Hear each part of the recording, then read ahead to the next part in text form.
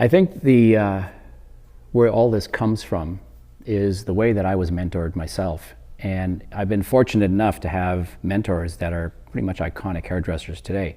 Trevor Sorby, Annie Humphreys, Vidal Sassoon, John Shahag. I mean, these people, they did it their way.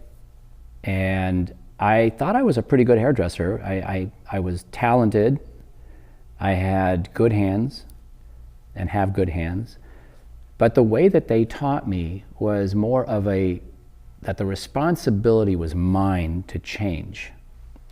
They could show me an idea or tell me a concept, and they would have a request, and I would have to fulfill that request. Now, my insecurities or my impossibilities of doing the right thing, I didn't really think about my mentors being at the position that they really are. I looked at them as people wanting to help me understand myself better as an artist.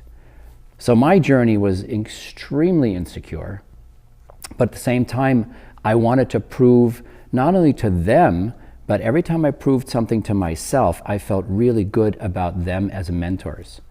And I think that was really important.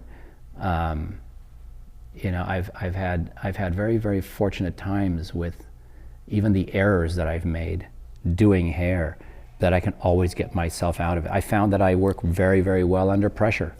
Never would have figured that out if I wouldn't have been put over and over and over and over again into a situation that was extremely uncomfortable. But at the end of the day, the job needed to be done. So I learned how to control time with doing hair really, really well. And I think in today's world, that's obviously very important, because nobody has time to come to the hairdresser, and when they do, they want to leave when they get in.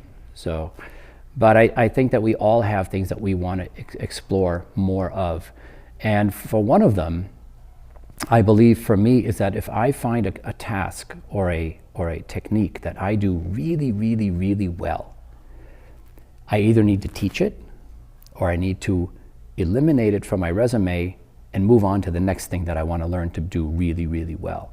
And once you put that whole craft together and you put all that into that little bubble, it's amazing what you can pull out when you're stressed for time, or when you really, really need it.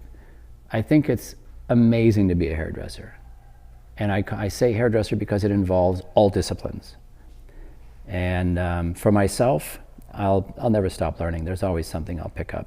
There's always something that I see that, no, that's not bad. Let me try that. Or, that's really cool. Let me try that. It's up to you, really. Nobody's going to make you do it. You're not expected to do it. You're not demanded to do it. Education is a want. It's not a need.